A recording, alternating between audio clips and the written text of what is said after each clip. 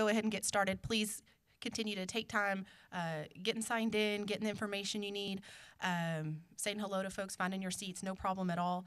We just wanted to go ahead and get started so we can be respectful of your time so you can get back to families, and also so that we can be live. We're streaming this live on the channel.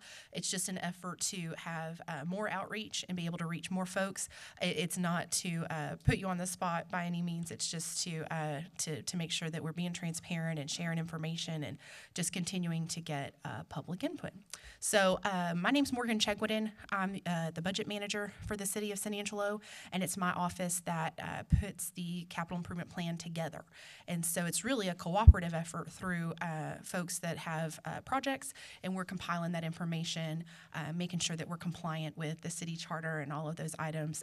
But we have some key staff here tonight, so hopefully I'm going to speak just really briefly about what the CIP is, what kind of things are allowed to be in it, what kind of things are already in it, and just turn it over to y'all really quickly. I wanted to make sure that y'all have time to speak. I know that y'all are probably here tonight because you have a project on your mind or a specific issue or item, and we'll try to speak to those best we can. As I mentioned, we have key staff, and if we don't know the answer, we'll follow up with you and get it to you. So that's our goal tonight, is just to really let everyone have a chance to be heard. And so we'll just get started. I have a quick PowerPoint presentation to talk about. Can we go to the awesome? All right, so to give you an idea, the Capital Improvement Plan is an annual document that we update each year. It has a 5-year horizon. So we're looking at items that should be occurring from fiscal year 16, which is right now, through fiscal year 21. And so this is something that's required by our city charter. We started doing it in 2007. It's generally projects that have a single cost in excess of $25,000 with a useful life of over 3 years. And so you'll see less of, for example, police cars and more of a police station or a park or any of those items. And so as we started this process in January, we started with city staff. And we said, what items have y'all identified that need to be occurring in our community? And so we started with those items and have those together for you. We have those represented in a handout. If you do want one, the summary of projects, this is so far what's in the plan listed item by item. And so just to give you an idea of engineering has projects over $70 million, and that's largely streets. And then the water infrastructure and improvements that need to occur in coordination with those streets. Also, operations projects of over $20 million. We can go to the next slide. Civic events has projects over $50 million, and some of that includes, for example, improvements to this facility we're in tonight, an exhibit hall for the convention center, also the auditorium and coliseum, venues that y'all are used to seeing. Parks, of course, has 17 projects, so there are a lot of items going on there. They are busy folks, and we have total proposed projects in excess of $30 million. The police station, there are a few items approaching $35 million. The large part of that is related to the police station. The next slide, please. And a few smaller items here. We'll go on to the next slide. So we're approaching 93 projects at just under $300 million. The biggest point to point out about that tonight, and of course, Water Department has about 14 projects there, over $35 million, and that's largely your infrastructure projects, your behind-the-scenes items, lift stations, piping, things like that.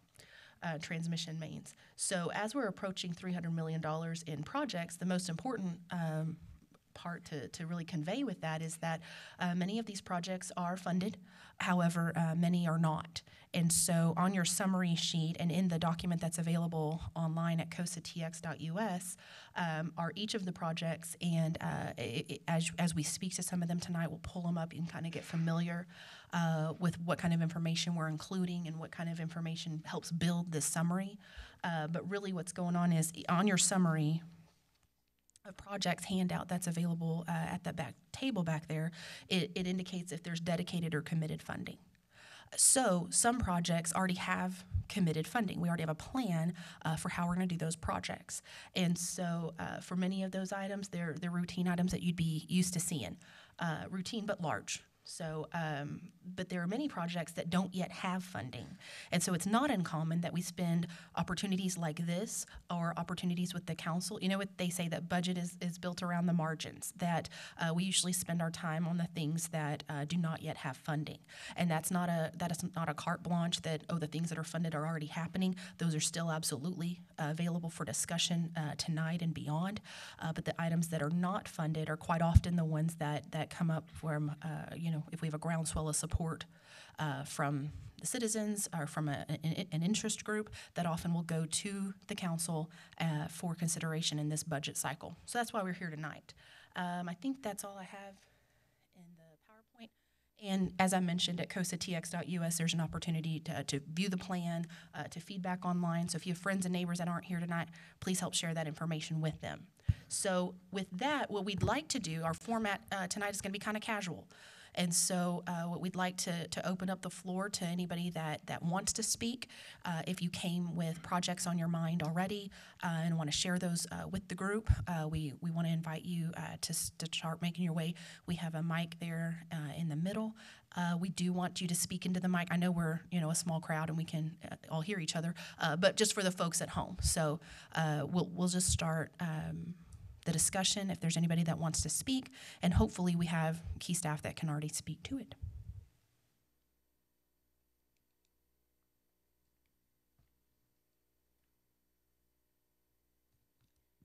Good evening. My name is Cathy Keen. I actually serve on the Fort Concho Museum Board, and that's why I'm here tonight, is to speak in support of the renovations for OQ1 and OQ8. I've had the blessing of being able to see the fort transform over the last 35 years. And I really believe that that's one of our key assets here in the community. We've spoken a lot about it at our Fort Concho Museum Board meetings. And we know that there's private funds out there that can help. So we don't expect the city to fund all of that, the renovation cost, because we do have private funds available. Another thought that I've had, and I don't know if it's something that has been explored, but there are hot funds available that can be used for these type of projects that bring tourism into the community. And so I would suggest that as another possible resource as well. But again, I'd like to just put it on record that I'm in support of the OQ1 and OQ8 renovations. Perfect. Thank you so much, Cathy. We are preparing to go into our discussions of surplus hot dollars once the annual audit completes, and so we'll make sure that this is noted as well. And just for y'all's information, we will be reporting back to the council because they're really hungry for this type of feedback. They want to make sure that y'all have the opportunity to speak and be heard, and so we'll report back on that. But also we'll keep it in mind when it's time to talk about those allocation of hot dollars. Carl, is there anything you want to add about those projects at all? Mm-hmm. It's pretty straightforward, but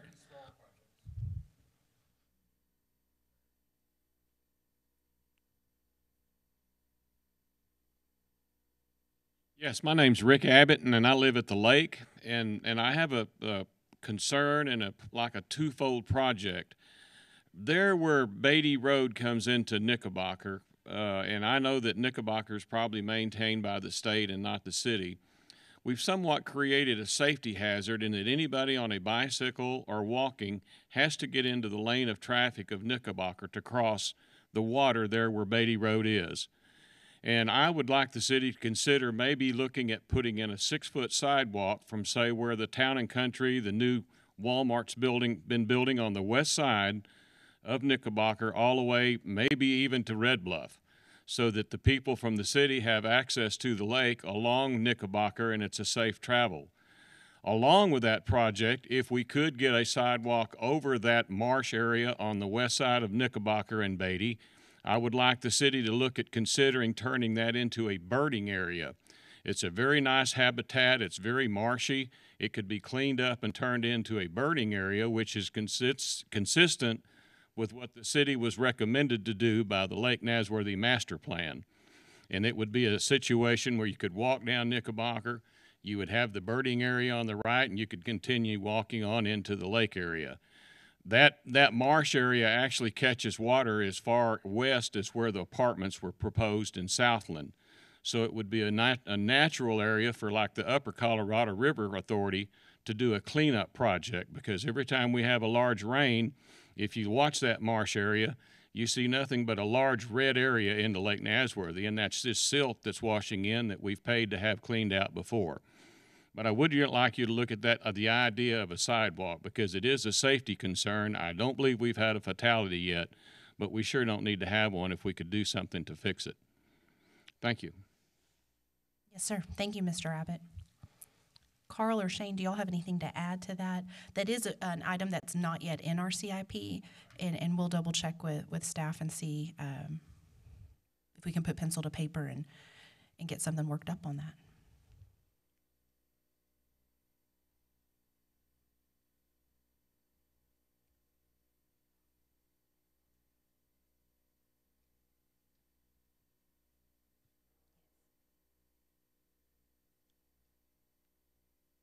My name is Nick Rodriguez. I'm a local, born and raised here on south part of town. I left for some years and came back to my home. And there is a big concern on our side of town. I see that the Red Arroyo has been fixed on the west side of town. It looks real nice and everything. But our side has been left alone. We have complained about this to the city, and the city has never done anything about it. A few years ago, there was a lot of select enforcement. They took me through 9 months of court. The city did, but they never cleaned the Red Arroyo and other areas that we have told them to. There is a big problem that's sooner or later, somebody's going to throw a cigarette in this town that's going to really burn over 200 houses. The area is right there by the old fire department training center. It's 37 acres of woodland there. It's in real bad condition. On the other side of Tres Rios addition, there's another almost 20 acres. If any of that stuff catch fire, I'll guarantee you there's a lot of houses going to burn. It's like 300 feet from here, we have a nursing home. We have complained about this part of town. We have never been listened to. They just give us a runaround. But they sure like to go do some enforcing for people that don't have anything. Okay? And this here, 300 feet from here, this nursing home, I wonder how they're going to manage to take all these people out if all this grass and weeds and trees are out here, which you can see when you get out. See how they're going to get them out as soon as possible if something catch on fire. We have had city officials. They're really, to me, they're not worth a hoop. We have been fighting over this thing. They don't seem to care. When the new city manager showed up, we are presenting him pictures and all that. In one area of the Red Arroyo, through the years, there have been plantations of marijuana plants. All these people are now in jail just about. They've been caught away from San Angelo in other cities like Fort Worth and Dallas, San Antonio, delivering their stuff. And I mean, there have been over 500 plants at one time. We counted them in the Red Arroyo right by Avenue L. And some of these plants every year come up by themselves. We have told the police department 5 different times. 3 times I was not there. But the man that lives there close by, he sees all this thing going on through the years. And the police department, when he came over, I couldn't believe him what he told me, so I went to see, and sure enough, there are all these marijuana plants growing around there. We came over here, and they told us they couldn't do nothing about it. What kind of police department we got? A bunch of idiots or what? That's really is bad when they can't go out there and check on them at least. There have been U.S. Marshals over there. They seen them. Nothing has been done about it. I don't know. These people must have immunity or something. A lot of people in this town has immunity. That's not right. The city officials need to wake up. We have taken pictures to the Standard Times about these. They ignored us. They refused to put anything in the paper. They refused to do other things that we asked for, even if they got paid. It's ridiculous. The city of San Angelo have control of Standard Times? It seems like it. That's not right. We need to change this. We need to clean our city. This Red Arroyo from Rio Vista all the way to Avenue L has been just forgotten. It don't look good. We have been fighting this for years, and that's not right. So I think that some of this money that comes in needs to be used to clean that Red Arroyo. Now, we got that new Walmart coming opening the doors here pretty soon. And from there on, from that location on to Avenue L, needs to be clean. They might want to do their part on that part of town. I don't know. But it's not their obligation to begin with. It's the city obligation. Right now, I'm seeing it about code enforcement, making people cut up to the ground on their vines that every year grow up on the fence. There are other locations over here like Baptist Memorial and other places. There's vines all over the place. How come they don't make them cut them down? This is ridiculous. Our past city manager, when he left town, he had a reason. He couldn't control it anymore. So he found a way to get out and took his buddy with him. We sit down with him and his buddy, tried to get things worked out. But no, they didn't want nothing. We caught them lying, so they left town. And that's not right. We need to change some of these officials. We need to have meetings, city meetings, for each area or something. Let the people complain of what they see, what they need. All this money just comes in from the federal government.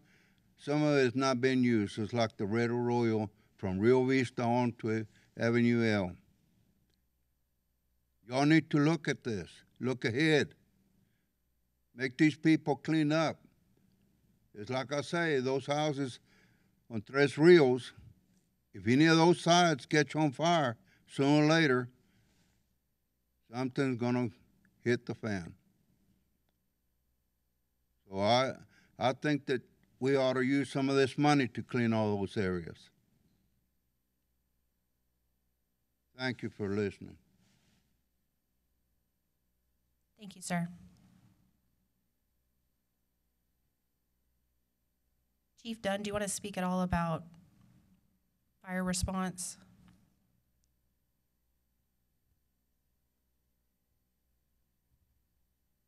Okay.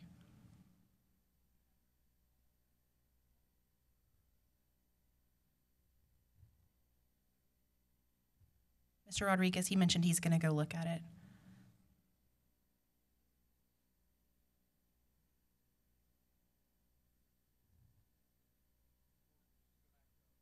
Can you get on the mic because we're live?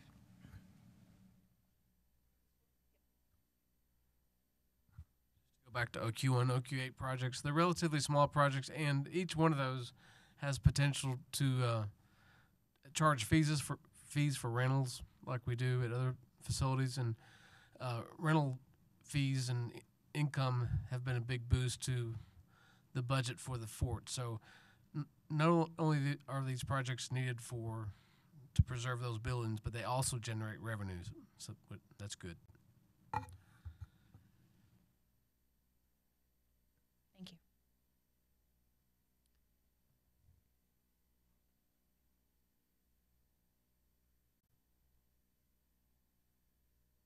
I'm Katie Johnson with the Fairmount Cemetery Board, and on that note of generating income, I wanted to bring to your attention tonight the next item that is part of the part of the Fairmount Cemetery Master Plan.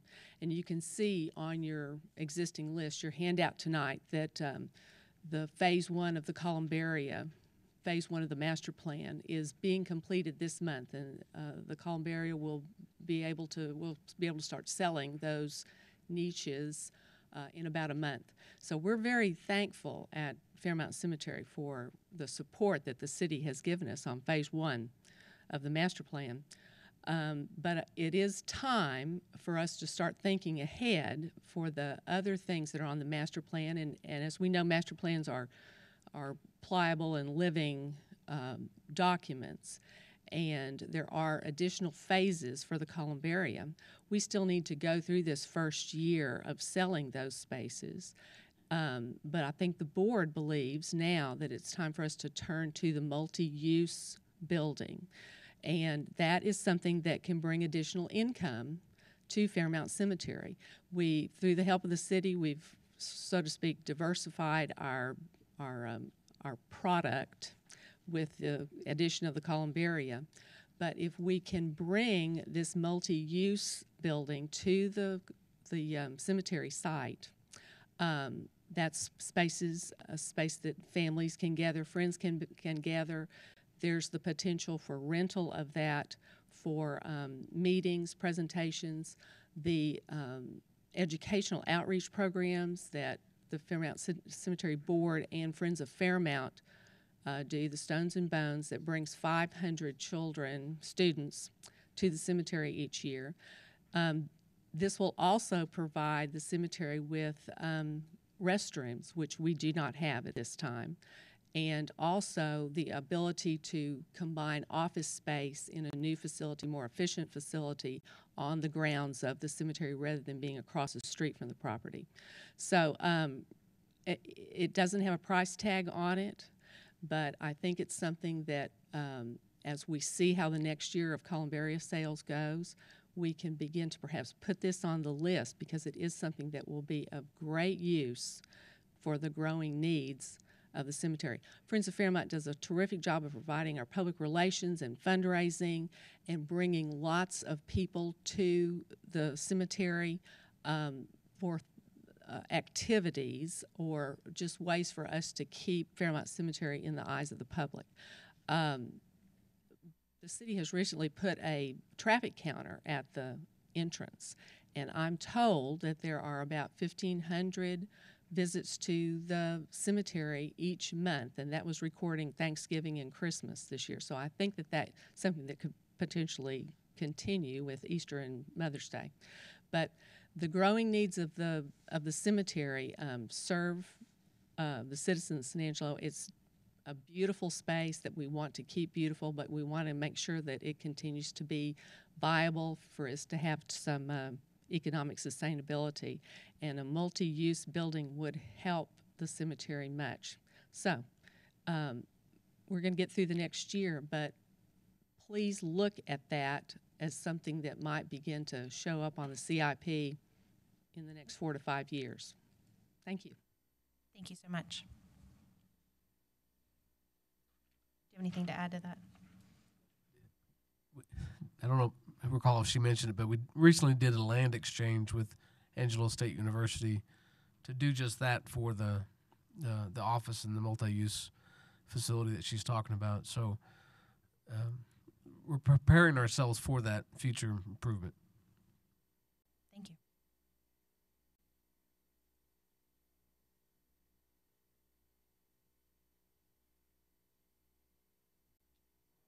Does anybody else want to share with the group? Good Evening. My name's Don Barnhart. I serve on the Parks and Rec Board, and I also serve on the Civic Events Board here in town.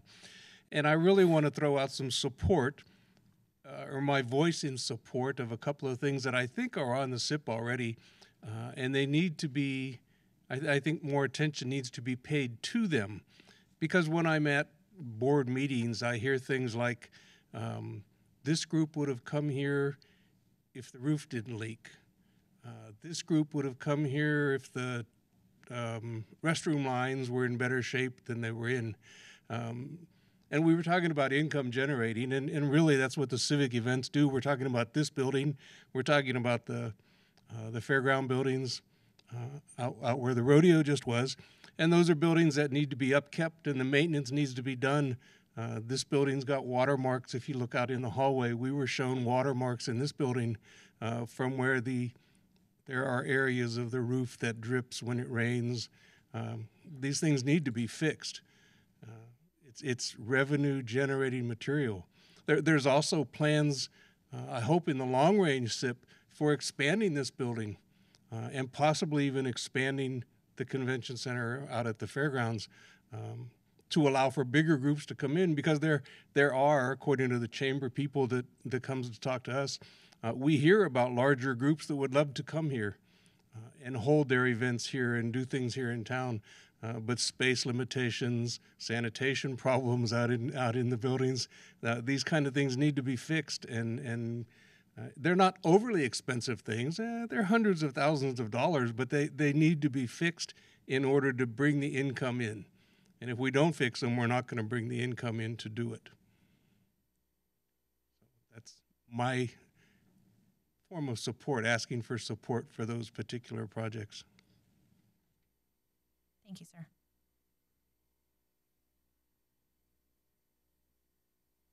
Do you have anything to add? Well, the projects are in the CIP, and we've submitted project sheets for the actual bigger projects, longer term projects for the convention center, which include exhibit hall, additional breakout rooms, and there are some short term projects for replacing the roof and doing sewer line work, and his board is going to be talking about that this Thursday. And then at the Coliseum, there is discussion about either renovating that facility and expanding it or building a new one. Thank you.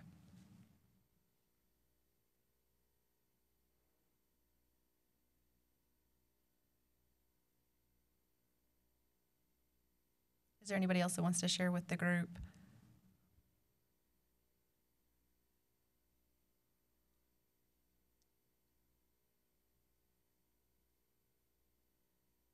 This is kind of y'all's, it's y'all's show tonight, and so we can wrap up at any time, but we just want to make sure that your voice is heard, that if you have something specific you want to speak to, that we can make sure and make sure the community is informed on that. So.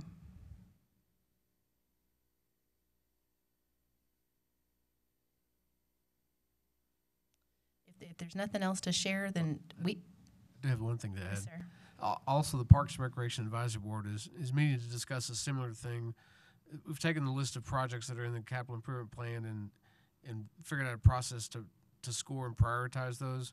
And so the board's going to be talking about those at the meeting on Friday. So once that's done, we'll present that to y'all in terms of their input about projects. Awesome. Thank you. With that, we can certainly adjourn. If anybody wants to have more casual conversation or specific questions about the process in general, we'll certainly be here available for a while. But I just wanted to thank you so much for coming out and getting involved in community projects and sharing your input with us. Thank y'all.